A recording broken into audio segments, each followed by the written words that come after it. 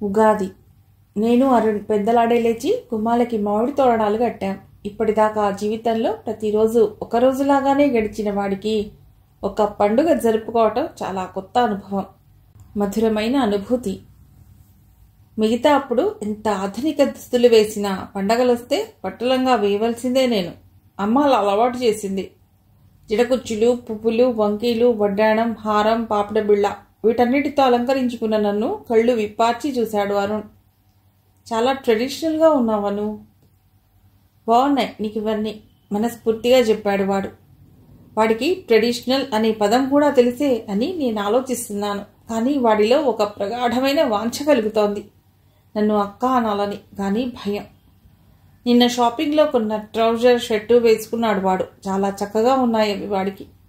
అమ్మ చేసిన ఉగాది పచ్చడి తిన్నా. వాడికి అది బాగా నచ్చింది. ఇంతవరకు ఎప్పుడూ తినలేదుట.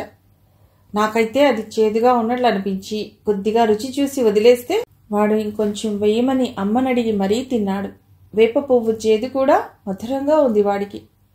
అలా ఓ కుటుంబ వాతావరణంలో అమ్మ, నాన్న, అక్క లాంటి వారితో కలిసి అలా ఉగాది పచ్చడి తినటం అనే అనుభవం ఆ పచ్చడిని మరింత మధురం చేసింది. తను చేసింది ఏదైనా బాగుందని మెచ్చుకుని ఇంకా కావాలి అంటే అమ్మకి భలే ఇష్టం. వాడు కొంచెం అడిగితే ఇంత పెట్టేసి వాడి బుగ్గలు పుడికింది. ఆ వేళ నేనేం చూస్తే ఆ టీవీ కార్యక్రమాలే చూశాడు అరుణ్. నాకిది బోర్, వద్దు వేరేది పెట్టు అని అనలేదు. నేనేది పెడితే దాన్ని చూసి ఆనందించాడు. ఆ ప్రోగ్రాం కాదు, నాతో కలిసి చూడటం వాడికి ఆనందాన్ని ఇస్తోంది. అమ్మా నాన్నలిద్దరికీ ఆ 3 రోజుల్లో వాడు బాగా దగ్గరైపోయాడు. వాడు విపరీతంగా నచ్చేశాడు వాళ్ళకి. మా కుటుంబంలో కలిసిపోయినట్లే అనిపించింది. నలుగురం కలిసి కారులో సూపర్ మార్కెట్కి వెళ్ళాం. ఇంటికి కావలసినవన్నీ కొనుక్కుని వచ్చాం. సూపర్ మార్కెట్లో ఏ చిన్న కొత్త వస్తువుని చూసినా ఎంతో ఎగ్జైట్ అయ్యేవాడు అరుణ్. చిన్ని చిన్ని విషయాలకు కూడా వాడు అలా సంతోషపడటం చూస్తుంటే మాకు సంతోషం వేసేది. ఆ ఆఖరి రోజు వీలైనంత ఎక్కువ సమయాన్ని వాడితో గడిపేలా ఎక్కడికో ఒక చోటుకి తీసుకువెడుతూనే ఉన్నారు అమ్మ, నాన్న. ఆ రోజు సాయంత్రం వాడిని ఆర్ఫనేజ్కి తీసుకెళ్లి వదిలేసి రావాలి. కానీ వాడు ఇంకా కొన్ని రోజులుంటే బాగుండనిపిస్తోంది మాకు. సాయంత్రం 5:30 నాన్న అమ్మ దగ్గరకు వచ్చి, ఇప్పుడే సూర్యప్రకాష్ ఫోన్ చేశాడు సుజా అని చెప్పారు. Suryaprakash uncle daddy friend. ఏమిటిటా అమ్మ అడిగింది. అరుణ్కి ఇచ్చి పంపాలని స్వీట్స్ చేస్తోందమ్మ. షేర్ యువర్ హోమ్లో వాడు ఓసారి ఓ అనాథని ఇంటికి తెచ్చుకున్నట్ట. వాడు చెప్పాడు ఆర్ఫనేజ్ వాళ్ళని అడిగితే ఎక్స్టెన్షన్ ఇస్తారట. ఆ మాటతో అమ్మ చేస్తున్న పని ఆపేసింది. నిజమా? అరుణ్ ఇంకొన్నాళ్ళు మనతోనే ఉంచుకుందామండి అయితే అంది. అదే నేను అనుకుంటున్నాను. వాడికేం అభ్యంతరం ఉండదుగా? వాడికి ఎందుకు ఉంటుంది? వాడిక్కడ మనతో చాలా సంతోషంగా ఉన్నాడు. మరి స్కూల్ ఎలా డాడీ? మధ్యలో నేను అడిగాను. స్కూల్కి మనమే తీసుకెళ్ళి డ్రాప్ చేసి రావాలి రోజు చెప్పారు నాన్న. ముందు వాళ్ళకి ఫోన్ చేసి ఇంకో 10-15 రోజులు వాడిని మాతోనే ఉంచుకుంటామని చెప్పండి అమ్మ చెప్పింది ఉత్సాహంగా. అలాగే డాడీ ల్యాండ్ ఫోన్ దగ్గరకు వేగంగా వెళ్ళారు. అప్పుడు మమ్మీ అరుణ్ని దగ్గరికి పిలిచి అడిగింది, ఇంకొన్నాళ్ళు ఇక్కడ మాతో ఉండటానికి నీకేం ప్రాబ్లం లేదుగా అరుణ్ అని. ఎంత అనాథైనా హృదయాంతరాళాల్లో వాడు కోరుకునేది ప్రేమ. కార్లు, ఏసీలు, మంచి బట్టలు, బిర్యానీలే కాదు, తనను మనిషిగా గుర్తించే ఓ మానవీయ స్పర్శ. ఇవి లేని చోట సమస్త సౌఖ్యాలున్నా అవి తృప్తినియ్యవు. అందుకేనేమో వాడి అభిప్రాయాన్ని కూడా పరిగణలోకి తీసుకోవాలని అమ్మ అడిగిందలా. నాకిక్కడ బాగుంది, ఎన్నాళ్ళైనా ఉంటాను, అసలు ఇంకెప్పటికీ అక్కడికి వెళ్ళను అని అనాలనుంది వాడికి. కానీ భయం, అది అత్యాశ అని వాడికి తెలుసు. అందుకే ఉంటాను అన్నాడు సంతోషం వెలిబుచ్చుతూనే. 10 నిమిషాలకి నాన్న వచ్చి భారత క్రికెట్ జట్టు ప్రపంచ కప్పు సాధించిందన్న వార్త విన్నంత సంబరంగా చెప్పారు. సుజా, ఆర్ఫనేజ్ ఇన్ఛార్జ్తో మాట్లాడాను, ఒప్పుకున్నారు. 3 వారాలకు ఎక్స్టెన్షన్ ఇచ్చారు. కాకపోతే ఏవో కొన్ని ఫామ్స్ మీద సంతకాలు పెట్టాలట, నన్ను రమ్మన్నారు. అమ్మైతే చిన్న పిల్లల కేరింతగా అరిచింది. వాడి ముఖం 1000 మతాబులు ఒకేసారి వెలిగినంతగా ప్రకాశవంతమైంది. సో అరుణ్, నువ్వు ఇంకో 3 వీక్స్ మాతోనే ఉంటావు. డాడీ చూడు ఎంత సంతోషంగా ఉన్నారో. నువ్వు మమ్మీ డాడీకి బాగా నచ్చేశావు, నాకు కూడా అనుకో అన్నాను నేను. మా ఆత్మీయతకి కదిలిపోయాడు అరుణ్. గొంతుకేదో అడ్డుపడ్డట్టు మూగగా ఉండిపోయాడు. చివరికి ఎలాగో థ్యాంక్ యూ అన్నాడు కృతజ్ఞతాభావంతో, బరువెక్కిన హృదయంతో. స్నూపీకి కూడా విషయం అర్థమైనట్టు భౌభౌ అంటూ అరుస్తోంది సంతోషంగా. మర్నాడు ఫోటో సెషన్ 2 రీళ్లు అవ్వజేశాం. చాలా ఫొటోస్ దిగాం. మేము 4. టైమర్ పెట్టి ఆటో క్లిక్ సెట్టింగ్తో మేము 4 కలిసి కూడా చాలా ఫోటోలు తీసుకున్నాం. స్టూడియోలో ప్రింట్ వేయిస్తే అన్నీ బాగా వచ్చాయి. వాడు ఆ ఫోటోలన్నింటినీ తనివి తీరా చూశాడు, 1కి 10 సార్లు. ఇదే నేను మొదటిసారి ఫోటో దిగడం అన్నాడు. చాలా బాగున్నావు నువ్వు, నీ ఫేస్ ఫోటోజెనిక్ కదా అరుణ్ చెప్పారు నాన్న వాడిని ముద్దు పెట్టుకుంటూ. అప్పుడు గుర్తించాను, డాడీ నన్ను ముద్దు పెట్టుకోకుండా వాడిని మాత్రమే ముద్దు పెట్టుకున్నారు. నాకు కోపం వచ్చింది. 10 రోజులు గడిచాయి. ఈ 10 రోజుల్లో వాడు అమ్మా నాన్నకు మరింత చేరువైపోయాడు. ఎంత చేరువ అంటే ఒకసారి అమ్మ ఏదో షాపింగ్కి వెళ్ళి ఇంటికి వచ్చింది. డోర్ బెల్ మోగితే నేనే వెళ్ళి తలుపు తీశా. అమ్మ ఇంట్లో అడుగు పెడుతూనే అరుణ్ ఏడి? నా గదిలోనే ఉన్నాడు చెప్పాను. వాడికి ఒక బొమ్మ కొన్నాను, పిలు అంది. మరి నాకు కొనలేదా? నీకు తేకుండా ఉంటానా? నీకు కూడా ఉంది, వాడిని పిలు. నా గదిలోకి వెళ్ళి వాడిని వెంటబెట్టుకొచ్చా. వాడిని చూడగానే అరుణ్ అంటూ అమ్మ ఓ చేతిని వాడి చుట్టూ అల్లి గుండెలకు హత్తుకుంది. నేను లెక్క పెడుతూనే ఉన్నా. ఈ మధ్య అమ్మ నాకంటే అరుణ్నే ఎక్కువసార్లు హక్ చేసుకుంటోంది. నీకోసం తెచ్చానిది అంటూ ఆ బొమ్మను వాడికిచ్చింది. అను, ఇది నీకు. నిరాసక్తంగా దాన్ని అందుకున్నాను నేను. నా దృష్టి నాకిచ్చిన బొమ్మ మీద లేదు, అరుణ్కిచ్చిన దాని మీద ఉంది. వాడి కోసం తెచ్చిన గిఫ్టే బాగుంది, నాకు మంచి తేలేదు.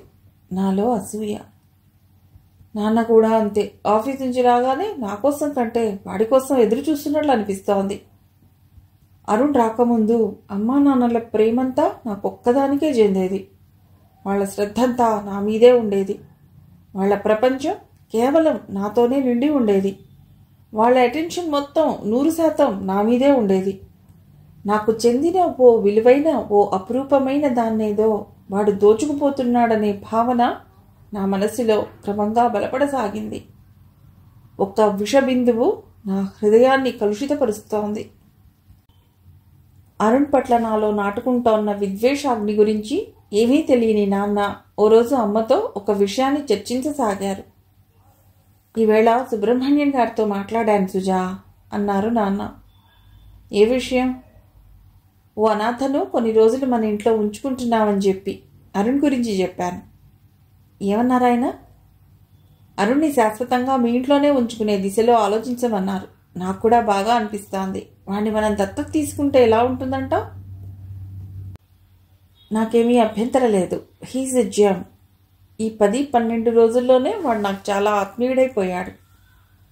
అవును, వాడిని మళ్ళీ ఆర్ఫనేజ్లో వదిలి రావటం అంటే ఏదోగా ఉంది. ఆ ఆలోచనే బాధగా ఉంది. ఇంతలా మనతో కలిసిపోయి మళ్ళీ అక్కడికి వెళ్ళమంటే వాడు బాధపడతాడు. మనతో ఉంచేసుకుందా. మన అన్నుకి కూడా తమ్ముళ్ళేని లోటు తీరుతుంది. దాన్ని అడుగుదామా? అనునా? దానికి వీడు నచ్చాడు, కాదనదు. రేపు అడాప్షన్కి సంబంధించిన ఫార్మాలిటీస్ ఏమిటో తెలుసుకుంటాను. హీజ్ ఏ జెమ్ అన్నమాట నాకు పదే పదే గుర్తొస్తోంది. మరి నేను? ఒక్కో రోజు గడుస్తున్న కొద్దీ అరుణ్ దత్తత విషయం సీరియస్గా చర్చించుకుంటున్నారు అమ్మా నాన్న. అరుణ్కి కూడా ఇప్పుడు ఆ విషయం స్పష్టంగా అర్థమైపోయింది. అది తెలిసినప్పటి నుండి వాడు చాలా సంతోషంగా ఉంటున్నాడు. కానీ నాకు మాత్రం నా జీవితం పూర్తిగా మారిపోబోతోందని తెలుస్తోంది.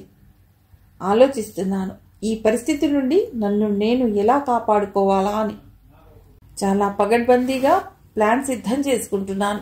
అదేమిటంటే ఇక్కడ ఉండటం అన్నది చాలా దుర్భరం అని వాడు ఫీల్ అయ్యేలా చేయాలి, అంతే. అరుణ్తో మాట్లాడటం పూర్తిగా మానేశాను నేను.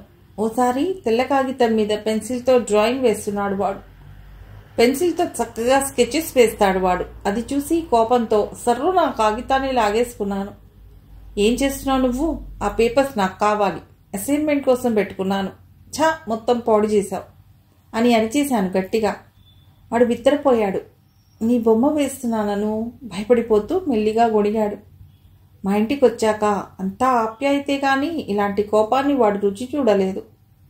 నా బొమ్మ నువ్వేం వేయనక్కర్లేదు, ఆ పెన్సిల్ నాది, ఇచ్చేయి అంటూ దాన్ని లాగేసుకున్నాను.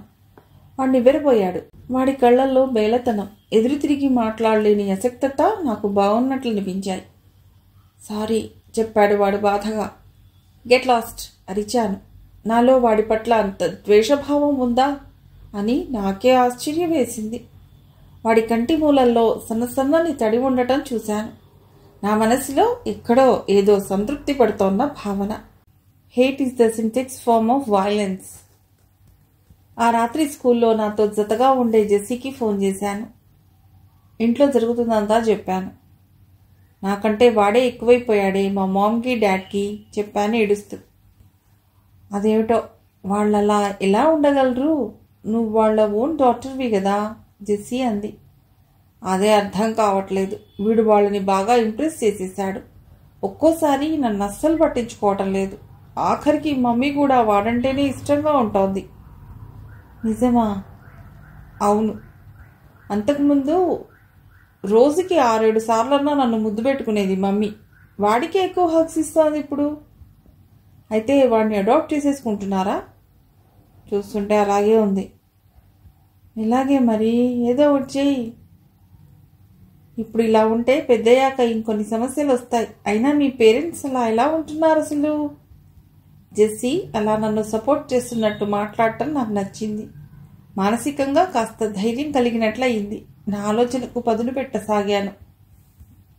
ఇక అప్పటి నుంచి అరుణ్ మునికిని పట్టించుకోవటం మానేశాను. చిన్న చిన్న విషయాలకే వాడి మీద విరుచుకుపడుతూ తిట్టేస్తున్నాను, లేదా పూర్తిగా మౌనం. చిత్రం ఏమిటంటే నేనెన్ని మాటలన్నా, ఎంత అవమానకరంగా ప్రవర్తిస్తున్నా, ఎంత గాయపరుస్తున్నా వాడసలు వాటినేవి పట్టించుకోవటం లేదు. ఏవి జరగనట్టే మామూలుగా ఉంటున్నాడు. అది ఎలా సాధ్యమవుతుందో నాకు అర్థం కావటం లేదు. వాడి మనస్సు గాయపడి బాధతో ఇక్కడి నుంచి వెళ్ళిపోవాలి అన్న నా పథకం పనిచేస్తున్నట్లు అనిపించడం లేదు. నాలో నిస్పృహ విరిగిపోతోంది. ఏదో కసి, ఏదో చెయ్యాలన్న ఫ్రస్ట్రేషన్. ఆలోచించి ఒక నిర్ణయం తీసుకున్నాను. ప్రపంచపు అత్యంత హైపర్ యాక్టివ్ పిల్లల్లో ముందుండే నేను దానికి విరుద్ధంగా నన్ను నేను మార్చేసుకున్నాను. ఇప్పుడు కామ్ అండ్ క్వైట్ అయిపోయాను. పూర్తిగా నిశ్శబ్దం. అమ్మ, నాన్న, అరుణ్, నేను అందరం కలిసిన్నప్పుడు నేను అసలేమీ మాట్లాడటం లేదు. వాళ్ళేదో చిత్రోక్తులు చెప్పుకుని గట్టిగా నవ్వుకుంటున్నా, నేను నవ్వటం లేదు. స్ట్రైట్ ఫేస్ పెడుతున్నాను. ముభావంగా ఉండటమూ కాదు, అసలే భావము లేకుండా ఉండటమూ కాదు. లోపలి అసూయని, ద్వేషాన్ని అణిచిపెట్టుకుంటూ ముఖంలో వాటిని కనిపించనీయకుండా తీసుకునే జాగ్రత్తతో కూడిన ఓ చిత్రమైన భావ ప్రకటన. ద్వేషం చాలా సూక్ష్మ రూపంలో ఉండే హింస అది. 2 రోజుల తర్వాత నేను నా గదిలో ఏదో చదువుకుంటుంటే మమ్మీ నా దగ్గరకు వచ్చింది. అను అని పిలిచింది. నేను స్పందించలేదు. అను, ఈసారి ఇంకా గట్టిగా పిలిచింది. అసలు ఆ పిలిపే వినబడనట్టు హఠాత్తుగా నేను చెవిటిదాన్నైపోయినట్టు మిన్నకుండిపోయాను. అను, నిన్నే ఇంత గట్టిగా పిలుస్తున్నాను, వినపట్టం లేదా నీకు? ఈసారి అమ్మ గొంతులో విసుగు తొంగి చూస్తోంది, కొంచెం కోపం కూడా. అప్పుడు పుస్తకంలోంచి తలెత్తి మమ్మీ వైపు తిరిగాను. నిజానికి నా ముఖం మాత్రమే దిశ మార్చుకుని అమ్మ వైపు తిరిగి ఉంది. నా చూపు కాదు. అమ్మ కళ్ళల్లోకి చూడటం కూడా నాకు ఇష్టం లేదన్నంత కన్సెప్ట్ నాలో ఎలా ఏర్పడిందో నాకు తెలియదు. టిఫిన్ చేద్దురా, ఇందాక అరుణ్ వచ్చి పిలిచినా ఏం మాట్లాడలేదుట. టిఫిన్ వద్దా అడిగింది అమ్మ. పాపం, అమ్మ ఆలోచన టిఫిన్కే పరిమితమైనట్లుంది. అప్పుడు కూడా నేనేమీ మాట్లాడలేదు. ఏమిటే అటేటో చూస్తావు? నీతోనే నేను మాట్లాడుతోంది. అసలు ఏమైంది నీకు? నోరు తెరవే, మాట్లాడవే అసహనంతో అంది అమ్మ. తింటావా తినవా? అక్కడ డాడీ నీకోసం ఎదురు చూస్తున్నారు. ఇకప్పుడు మౌనంగా లేచి డైనింగ్ టేబుల్ దగ్గరకు వచ్చాను. అంతేగాని ఏమీ మాట్లాడలేదు. అలా అమ్మా నాన్నలతో మాట్లాడటం పూర్తిగా మానేశాను. వాళ్ళను తాకటం, హగ్ చేయటం అన్నీ మానేశాను. స్కూల్లో జరిగిన విషయాలు చెప్పటం, టీవీలో చూసిన ప్రోగ్రామ్స్ గురించి మాట్లాడటం అన్నీ బంద్. ప్రేమకు వ్యతిరేక పదం ద్వేషం అనుకుంటాం, కానీ కాదు, ఇండిఫరెన్స్. ద్వేషంలో కూడా మనం ద్వేషించే వ్యక్తి పట్ల ఎక్కడో ఒకంత శ్రద్ధ, కన్సర్న్ ఉంటాయి. కానీ ఇండిఫరెన్స్, ఉదాసీనత ప్రమాదం. దాన్నే నేను అస్త్రంగా చేసుకున్నాను. ఉగాది రోజున దిగిన ఫోటోల్లో మేము నలుగురం కలిసి ఉన్న ఓ మంచి ఫోటోని దగ్గర పెట్టుకుని దాన్ని డ్రాయింగ్ పేపర్ మీద రంగుల్లో చిత్రించాడు అరుణ్. దాన్ని ముందు నాకే చూపించాలని వచ్చాడు. నేను వాడి వంక స్టిఫ్గా చూశాను. నా కోపం, నా మౌనం, నా మాటలు అన్నీ వాడిని బాధిస్తున్నాయని నాకు తెలుసు. నాకు ఇంకా అర్థం కానిదేమిటంటే నేనెంత బాధ పెట్టినా వాడేమీ పట్టించుకోవటం లేదు. అది నిస్సహాయతో ఏమీ చేయలేని తనమో, రాజీ పట్టమో, క్షమించటమో తెలియదు. కానీ ఒక్కటి మాత్రం నిజం, నేను చాలా పగడ్బందీ వ్యూహంతో వాడినంతగా గాయపరుస్తుంటే కనీసం ఆ బాధను వాడు గుర్తించాలని నేను కోరుకుంటున్నాను. అలా కాకుండా అసలేమీ జరగనట్లుండటం నాకు నచ్చటం లేదు. ఏదో విధంగా వాడు రియాక్ట్ అవ్వాలని ఎదురు చూస్తున్నాను. వాడు గీసిన ఆ చిత్రాన్ని చూడాలని ఉన్నా బలవంతంగా ఆ కోరికను నియంత్రించుకుని మొహం చిట్లించి ఇప్పుడు నేను బిజీ అన్న సంజ్ఞ చేశాను. సరే తర్వాత చూద్దులే అంటూ నవ్వుతూనే ఆ పెయింటింగ్ని అమ్మకి చూపించడానికి వెళ్ళాడు. దాన్ని చూడగానే అమ్మ కళ్ళు విశాలంగా మారాయి. ఉబ్బి తబ్బిబ్బవుతున్న దానిలా నాన్న దగ్గరకు తీసుకువెళ్ళింది దాన్ని. చూడండి, ఇది మన అరుణ్ ఎంత చక్కగా గీశాడో సంబరంగా దాన్ని చూపెడుతోంది. మన అరుణ్ అన్న మాటలోని మన వినగానే నాలో ఏదో అనీజీనెస్. అరుణ్ గీసిన ఆ బొమ్మ చూసి నాన్న కూడా చాలా ఆశ్చర్యపడ్డారు. ఇట్స్ వండర్ఫుల్, అచ్చం ఫోటోలానే ఉంది. నువ్వు ఇంత బాగా బొమ్మలు వేస్తావనుకోలేదు, వెరీ గుడ్. వాణ్ణి అలా ప్రశంసలతో ముంచెత్తుతుంటే నాకు లోపల మండిపోతోంది. అనుకి చూపించావా అడిగింది అమ్మ. తను చదువుకుంటోంది, బిజీగా ఉంది చెప్పాడు వాడు. అప్పుడు అమ్మ తనే నా దగ్గరికి వచ్చి, అను మన అరుణ్ చూడు ఎంత బాగా వేశాడో అంటూ దాన్ని నాకు చూపించింది. మళ్ళీ మన అమ్మ అలా వాడిని పొగట్టం నాకు నచ్చటం లేదు. కోపం వచ్చేస్తోంది, ఉక్రోషంగా ఉంది, ఏడుపు కూడా వస్తోంది. వాడు వేసిన ఆ పిక్చర్ వైపు చూడలేదు నేను. ఏమిటే నువ్వంత ఇదిగా చదువుతోంది, ఒక్క నిమిషం ఇటు చూడలేవా? అమ్మకి ఇంకా తెలియటం లేదా నేను ఎందుకు అలా ఉంటున్నాను? చూడెంత అద్భుతంగా వేశాడో అంటూ నా చుబుకం వేళ్లతో పట్టుకుని నా మొహాన్ని బలవంతంగా అటువైపు తిప్పింది. అంత జరుగుతున్నా నా నోట్లోంచి ఒక్క మాట కూడా రాలేదు. ఆ మౌనంతోనే నేననుకున్నది సాధించాలి. నిశ్శబ్ద యుద్ధం అది. ప్రేమానురాగాలు వెల్లివిరిసే ఆత్మీయుల మధ్య ఈ మౌనం గొప్పగా పనిచేస్తుంది. ఆ ఉదాసీనతకు ఖడ్గాల కంటే పదునెక్కువ. అమ్మ అలా నా ముఖాన్ని బలవంతంగా ఆ వైపు తిప్పినా నేను దాన్ని చూడలేదు. అలా అని కళ్ళేం మూసుకోలేదు. కళ్ళు తెరిచే ఉన్నా చూడకపోవటం ఏంటో అమ్మ గుర్తించింది. అది చాలు నాకు. సరిగ్గా అప్పుడే నాన్న కూడా అక్కడికి వచ్చారు. అరుణ్ కూడా వచ్చాడు. అంతే, ఒక్కసారిగా వాడు పెయింట్ చేసిన ఆ కాగితాన్ని విసురుగా లాగి పక్కన పడేసి వడివడిగా అడుగులేస్తూ వాళ్ళ దగ్గర నుండి దూరంగా వచ్చేశాను. స్థాణువైపోయిన అమ్మని నాన్నని చూస్తే తృప్తిగా అనిపించింది ఒక్క క్షణం. అరుణ్ మొహంలో ఎలాంటి భావోద్వేగమున్నా నాకు అనవసరం. నేను ఆ క్షణంలో జీరో టాలరెన్స్లో ఉన్నాను. వాడి పట్ల ఈ చిన్న కన్సర్న్ కనబరిచినా తట్టుకోలేకపోతున్నాను. నాలో వచ్చిన మార్పుని అందరికంటే ఎక్కువ గమనిస్తున్నది మాత్రం స్నూపీ. నాకు నేనే రూపొందించుకున్న పథకాన్ని ఇంకాస్త ఉధృతంగా అమలుపరచసాగాను. అమ్మ గాని నాన్న గాని అణువంత ప్రేమను వాడి పట్ల చూపించినా నేను అక్కడి నుంచి దూరంగా జరిగిపోతున్నాను. ఇది నేనెన్నుకున్న మార్గం.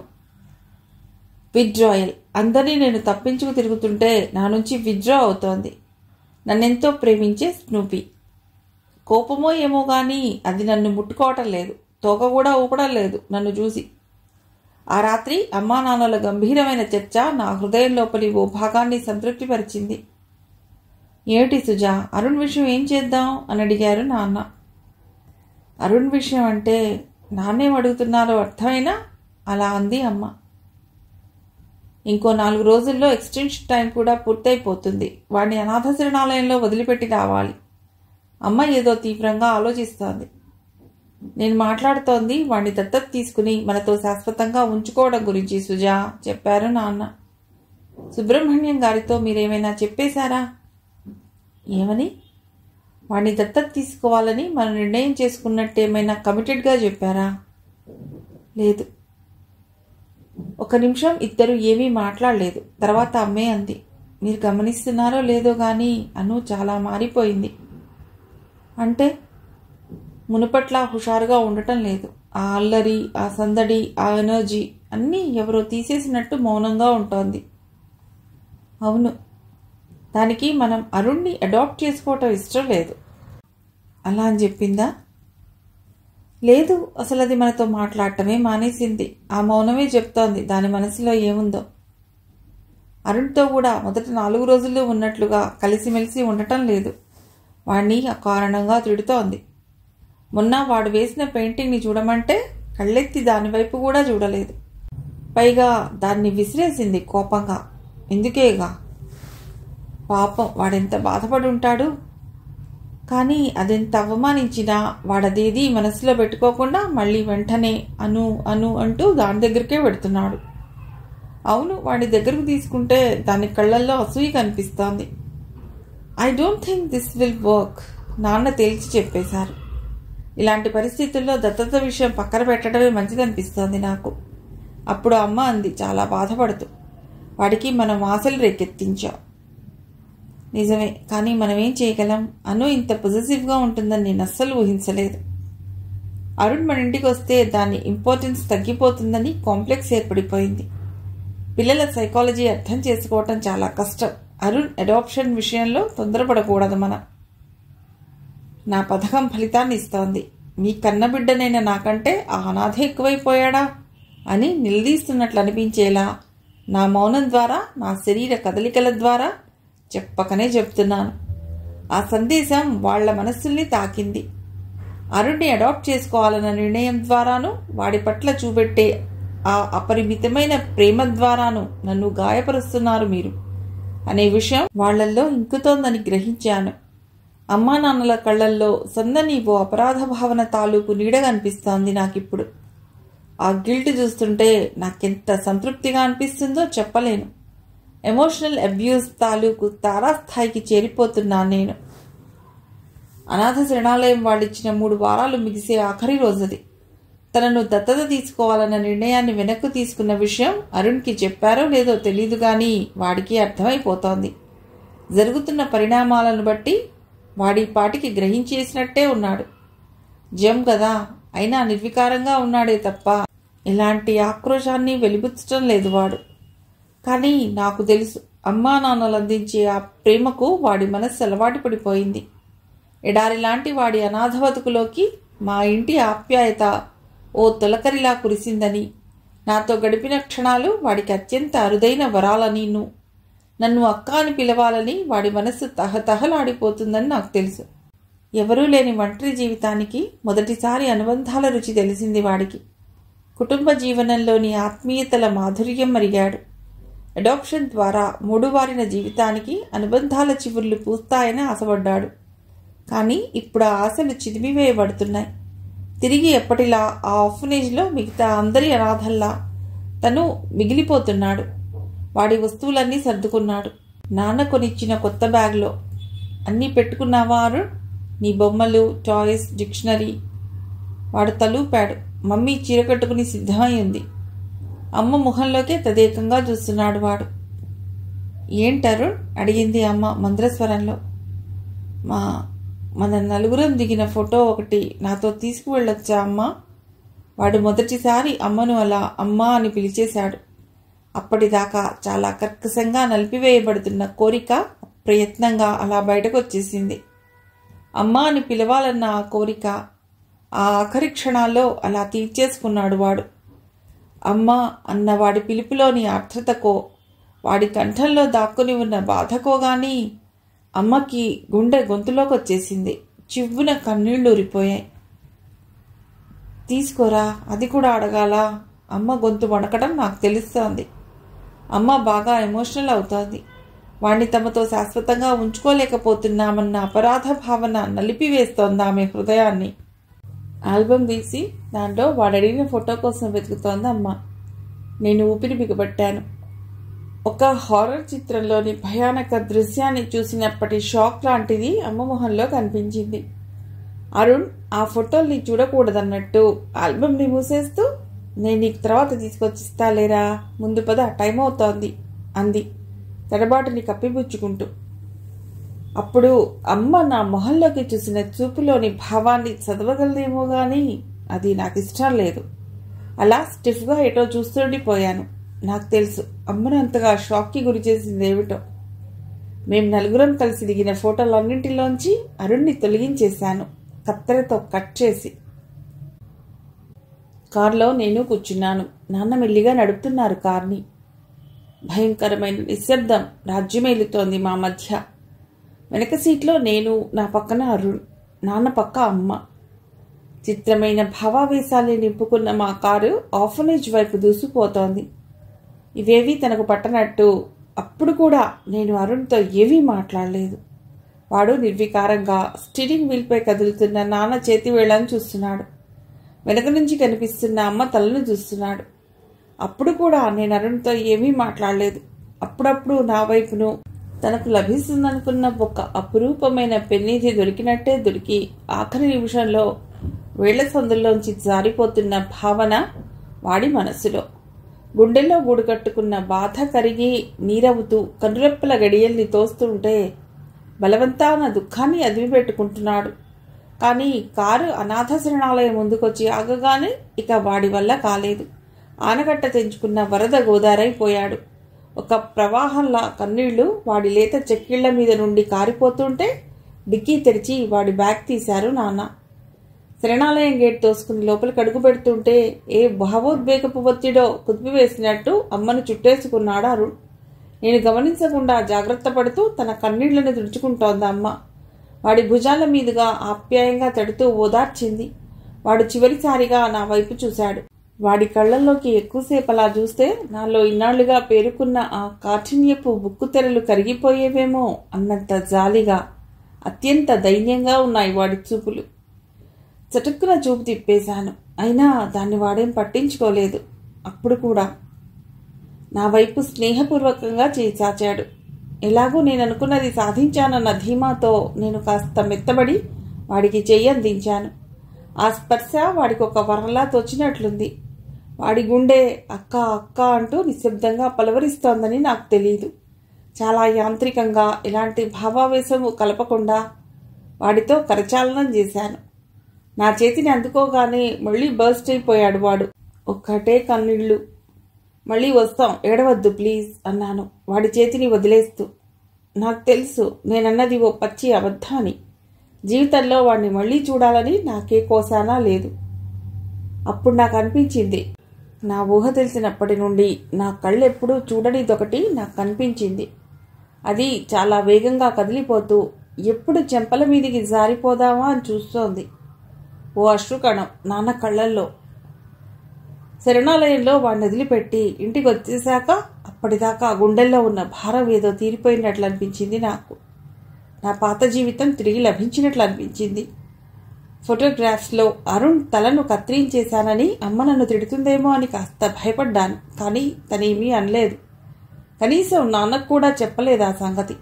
నాలో అంత అమానుషమైన ఆలోచనలు ఉన్నాయన్న సంగతి నాన్నకు తెలియకూడదనుకుందో ఏమో. ఇక అప్పటి నుండి మామూలుగా ప్రవర్తించడం మొదలెట్టాను. అమ్మా నాన్నలతో మునిపటిలా కబుర్లు చెప్తున్నాను. అల్లరి సందడి తిరిగి ప్రారంభమయ్యాయి. అమ్మా నాన్న కూడా అరుణ్ పట్ల నా అనుచిత ప్రవర్తనను క్రమంగా మర్చిపోసాగారు. లేదా మర్చిపోయినట్లు కనిపిస్తున్నారో నాకు తెలియదు. కానీ నేను చేసిన పనిని క్షమించనిది మాత్రం స్నూపీనే. అరుణ్ని అనాథ శరణాలయంలో వదిలేసి వచ్చిన రోజు ఎప్పుడూ లేనిది నన్ను చూసి మొరిగింది. ఆ రోజు నుంచి అది నాతో సరిగ్గా ఉండటం లేదు. మునుపట్ల నేను స్కూల్ నుంచి రాగానే పరిగెత్తుకుంటూ వచ్చి నా మీదికి ఎగరటం లేదు. నన్ను నాకుతూ తన ప్రేమను కురిపించటం లేదు. ఒక నేరస్తుడిని చూసినట్లు చూస్తోంది.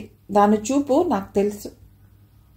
కొన్నాళ్ల తర్వాత ఒకరోజు సాయంత్రం ఫోన్ మోగితే నేను వెళ్ళి హలో అన్నా. అవతల నుండి వినిపించిన గొంతుకు ఓ క్షణం నా ఊపిరి ఆగింది. అది అరుణ్. అను అక్క, నేను అరుణ్ అంటున్నాడు. ఫోన్ కట్ చేద్దాం అనుకున్నాను, కానీ ఎందుకో అలా చేయలేకపోయాను. చెప్పు. నా స్వరంలోకి అప్రసన్నత వచ్చేసింది. ఎలా ఉన్నావు? ఓకే, ముక్తసరిగా జవాబు చెప్పాను. ఎంత త్వరగా ఆ సంభాషణ ముగిస్తే అంత మంచిదనిపిస్తోంది. మమ్మీ డాడీ బాగున్నారా? నిజాయితీ కూడిన కన్సర్నే తప్ప మరేమీ లేదు వాడి గొంతులో. బాగున్నారు. మమ్మీ ఉన్నారా ఇంట్లో? వెతుక్కుమన్నాను. నాకు అర్థమైపోయింది వాడికి మళ్ళీ ఇక్కడికి రావాలనుంది. లేరు. డాడీ? డాడీ కూడా లేరు. లేరా?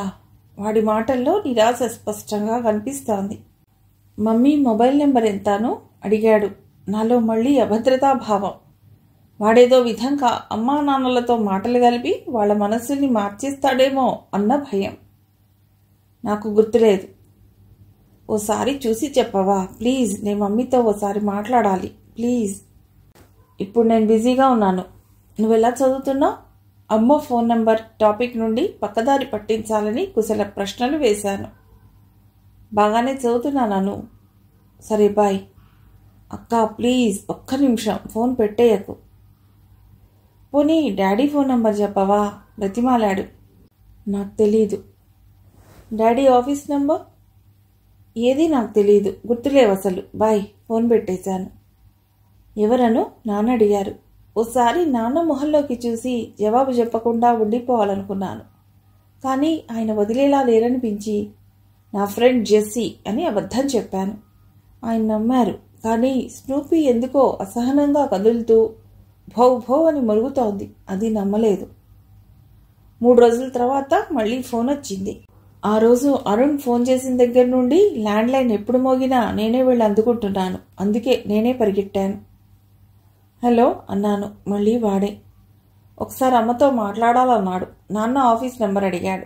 ఏవో సమాధానాలు చెప్పి తప్పించేసుకున్నాను. ఆ తర్వాత కూడా చాలా ఫోన్లు వచ్చాయి.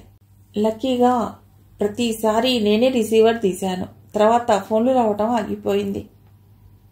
13 ఏళ్లు కాలగర్భంలో కలిసిపోయాయి. ఒకరోజు ఏదో సందర్భంలో నాన్న నాతో చెప్పారు అరుణ్ గురించిన ఓ నిజం. నువ్వు ఇవ్వకపోయినా ఎలా తెలుసుకున్నాడో గాని నా ఆఫీస్ నంబర్కి ఫోన్ చేశాడు వాడు. నన్ను దత్తత తీసుకోండి అంకుల్ ప్లీజ్, నాకు మీతో ఉండాలనుంది అంటూ బ్రతిమాలాడు. ఏడ్చాడు. నాకు జాలేసింది.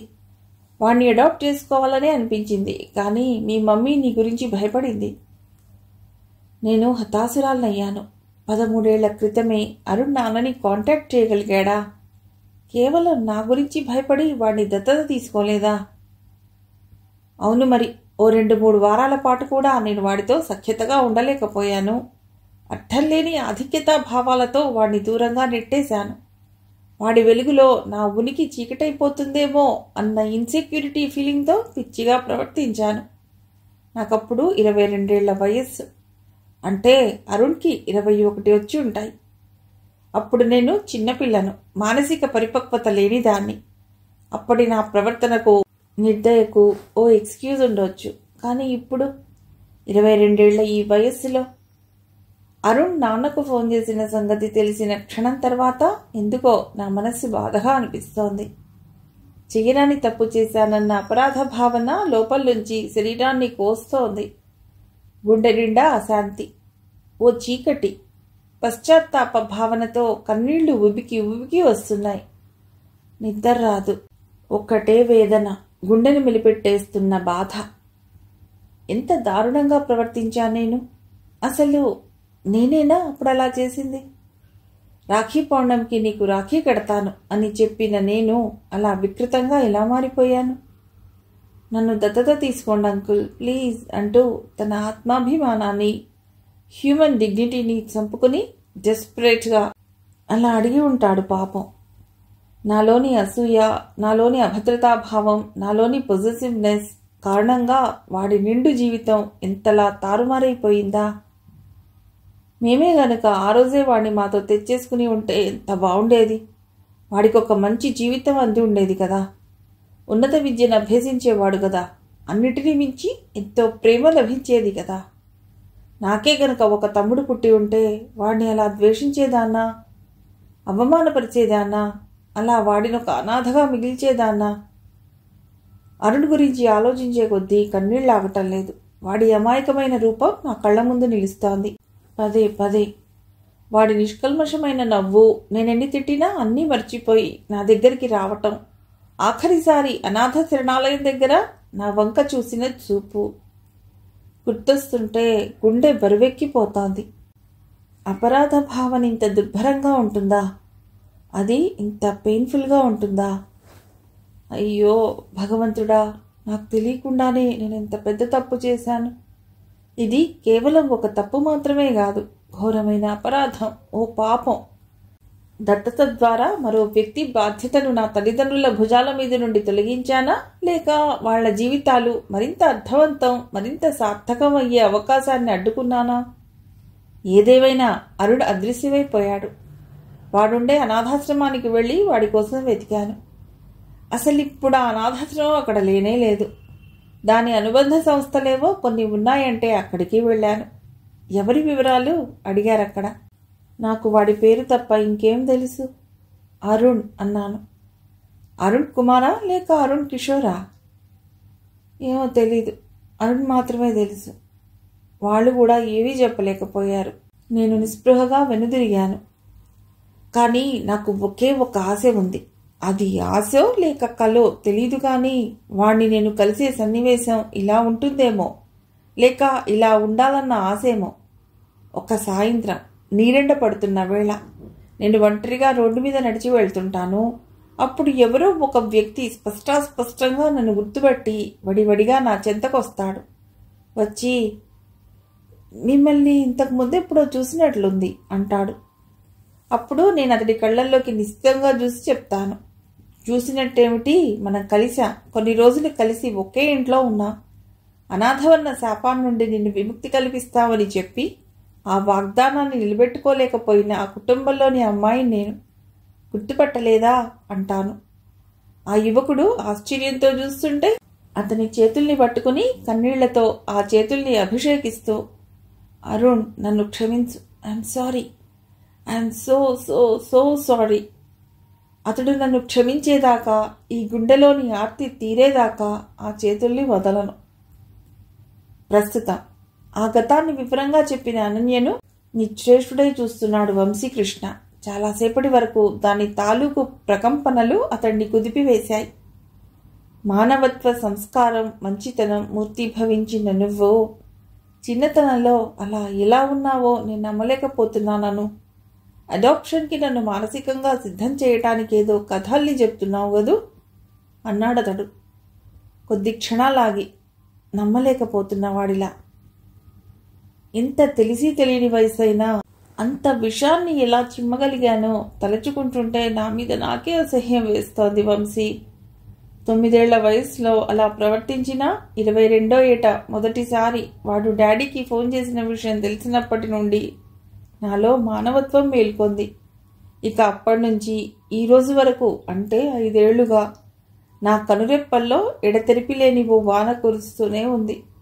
జరిగిన దాన్ని అండూ చేయగలిగే శక్తి నాకు లేదు.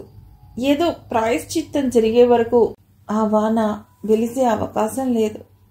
గుండెలో ఓ లంప్లా తిష్టవేసుకుపోయిన ఆ గిల్ట్ నన్ను క్షణక్షణం తొలుస్తూనే ఉంటుంది వంశీ. గద్గదమైన కంఠంతో చెప్పింది అనన్య. భార్య మానసిక స్థితిని అర్థం చేసుకున్నాడు వంశీ. ఆమె దుఃఖపట్టాన్ని చూడలేకపోతున్నాడు. ఆమె చెంపలపై చారికలైన ఆ వాన నీళ్లను తుడిచాడు. హృదయానికి హత్తుకుని పొదవి పట్టుకున్నాడు. బాధపడకను ప్లీజ్ అన్నాడు ఓదార్పుగా. భర్త ఆత్మీయ స్పర్శలో కొన్ని క్షణాలు సేద తీరింది అనన్య. తర్వాత అతడి కళ్ళల్లోకి చూస్తూ, అరుణ్ విషయంలోనే చేసిన పాపంలో నీకిలాంటి సంబంధమూ లేదు, కానీ దాని ప్రాయశ్చిత్తంలో భాగంగా నీ త్యాగాన్ని కోరుతున్నాను.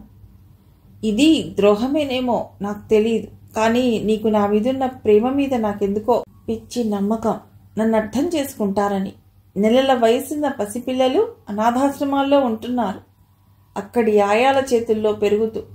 అలా చిన్న వయసు నుండి మనం దత్తత తెచ్చుకుంటే కన్నబిడ్డతో సమానమైన అనుబంధం ఏర్పడిపోతుంది వంశీ, ప్లీజ్ చెప్పింది అనన్య. భార్య చేతిని తన చేతిలోకి తీసుకున్నాడు వంశీ. అను, నాకు తెలిసినంత వరకు ప్రేమంటే ఇవ్వడం మాత్రమే, పొందడం కాదు, ఆశించడం కాదు. మనం ప్రేమించిన వ్యక్తికి మన ద్వారా అందించగలిగినంత స్వీట్నెస్ని అందించడమే ప్రేమ. ప్రేమకున్న ఏకైక అజెండా ప్రేమించిన వారిని సంతోషంగా ఉంచడమే. I love you Anu, from the very core of my life. ఆ రోజు ఆర్ట్ గ్యాలరీలో 3D సాఫ్ట్వేర్తో విల్ యూ మ్యారీ మీ అని నీకు చెప్పిన క్షణం నుండి నా జీవితం, నా ప్రాణం నీవైపోయాయి.